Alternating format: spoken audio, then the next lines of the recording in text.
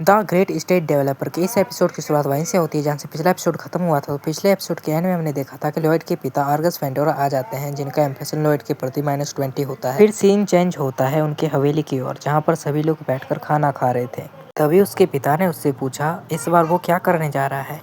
तभी लॉयड कहता है कि बार ओनर ने उसको कॉन्ट्रैक्ट दिया था हीटिंग सिस्टम बनाने का और उसने वो पूरा कर दिया है। लॉयड के पिता उससे कहते हैं कि वो उनसे झूठ ना बोले, जो उसका झूठ बर्दाश्त नहीं कर सकते। तभी लॉयड उठकर जाने वाला होता है, लेकिन उसके पिता उसको रोककर कहते हैं तुम्हें अपने परिवार की हालत तो पता ही होगी, लेकिन तुम चिंता मत करो, मैं सब ठीक कर दूंगा। इस दुनिया में आने से पहले भी उसने ये शब्द सुना है। पहले उसको लगता था कि सच में सब कुछ ठीक हो जाएगा, लेकिन ऐसा कुछ नहीं होता, ये सब कुछ झूठ है। लॉयड वहां से उठकर चला जाता है और अपने पिता से कहता है कि तुम हार मत मानो, मैं तुम्हारे साथ हूँ। वो चल रहा था तभी उसकी मुलाकात दो लोगों से होती है, जिसमें मोटे का नाम मिटलोफ होता है और पतले वाले का साइलॉफ। वो दोनों बेरन के बेटे को बिना ग्रीडिंग दिए चले जाते हैं। वो उसके लिए बहुत अपमानजनक था, लेकिन फिर उसे समझ आता है ये लोन वाले हैं। वो दोनों बेरन के ऑफिस में चले जाते हैं और उनका अपमान करते हुए बातें कर रहे थे और वो कहते हैं कि उनका कर्ज चुकाने के लिए उसके पास 5 दिन बाकी है। अगर वो 5 दिनों में कर्ज नहीं चुका पाता तो हम शांत नहीं बैठेंगे। अभी साइलॉट कहता है तुम खामोश क्यों हो, क्यों ना तुम अपने हवेली से कुछ चीजों को बेच दो। और लॉयड छुपकर उनकी बातें सुन रहा था और वो सोचता है ये उसके लिए बिल्कुल सही समय है। वो देखता है जेवियर के इंप्रेशन बढ़ने के बाद मेरे को 36 आरपी पॉइंट मिले थे। वो सोचता है इन आरपी पॉइंट का यूज किया है। तभी उसके सिस्टम उसे कहता है तुम अपने आरपी पॉइंट से अपनी स्किल्स को इम्प्रूव कर सकते हो।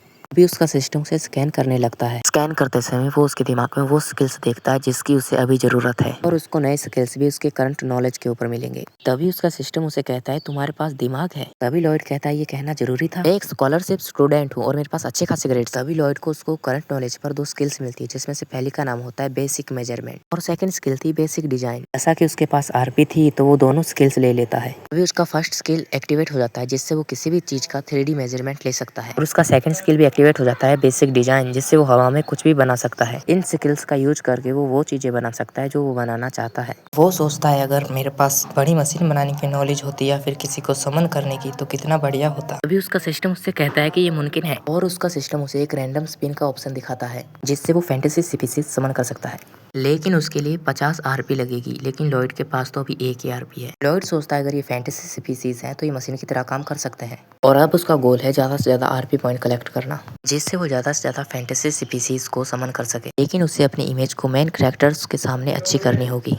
अभी हम देखते हैं मिडलोफ बेरन से कह रहा था अगर तुम्हारे पास उधारी देने के लिए पैसे नहीं है तो मैं तुम्हारे लिए एक बहुत अच्छी जगह जानता हूँ, जहाँ तुम अपनी वाइफ और नौकरानियों को बहुत अच्छे दामों में बेच सकते हो। बेरन सदमे में कुछ भी नहीं कह रहा था।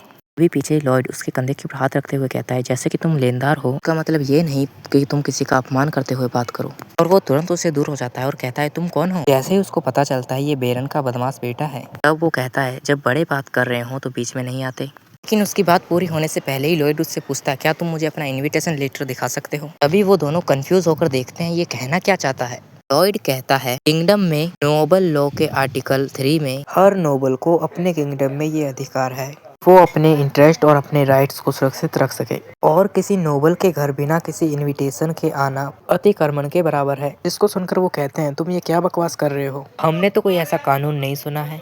तो सुनकर लॉयड कहता है अच्छा तो चलो हम पता कर लेते हैं और वो जेवियर को बुलाता है और वो जेवियर से कहता है कि अतिक्रमणकार के हाथ काट दो। अभी मीटलॉफ कहता है क्या तुम कोर्ट जाना चाहते हो। लॉयड उनसे कहता है कि मैंने तुमसे कहा ना कि हम इसे एक साथ चेक करेंगे, हम देखते हैं कि कोर्ट किसकी साइड लेगा। वो दोनों लगभग नाराज हो गए थे और वहां से भाग जाते हैं। लॉयड के पिता इस बात से डरे हुए थे कि इन लोगों ने जो काम किया उससे ये मामला शांत नहीं होगा। लॉयड पैसों के बैग को रखता है और कहता है कि ये हीटिंग सिस्टम बनाने का एडवांस पेमेंट है, ये पैसे काफी नहीं है लेकिन ये कुछ वक्त तक चल जाएंगे। के पिता उससे कहते हैं कि वो लोगों से पैसे ना वसूले। वही जेवियर कहता है आप चिंतित ना हो, मैंने लॉयड पर पूरी नजर रखी हुई है। एरन जेवियर की बातों का भरोसा करते हुए ये देखने के लिए निर्णय लेता है और वो दोनों बाहर आ जाते हैं। जब वो चल रहे थे तब जेवियर लॉयड से पूछता है उस जैसे बदमाश को कानून के बारे में कैसे नॉलेज है। अभी लॉयड कहता है ये मुझे पता था, लेकिन ये उसने नोवेल में पढ़ा था। जब बैरन और बैरनेस मर जाते हैं तब वो मोटा और पतला उनकी लाशों को बेचना चाहते थे। तब जेवियर ये आर्टिकल कहता है और उन दोनों की गर्दन उड़ा देता है और जब जेवियर कोर्ट गया तो निर्दोष पाया गया। और लॉयड सोचता है नोवेल के बारे में पता होना कितना फायदेमंद है, पर अभी तक सिस्टम ने कुछ कहा क्यों नहीं। सिस्टम उसको कहता है बैरन का इंप्रेशन लॉयड के प्रति 6% बढ़ गया है, जिससे उसको 61 आरपी पॉइंट मिल जाता है और लॉयड इस वक्त का इंतजार कर रहा था। अब वो एक फैंटेसी स्पीशीज बुला सकता है। और इस सीन के साथ ये एपिसोड भी खत्म हो जाता है। एपिसोड खत्म तो वीडियो भी खत्म। हम मिलते हैं आपको नेक्स्ट वीडियो में, तब तक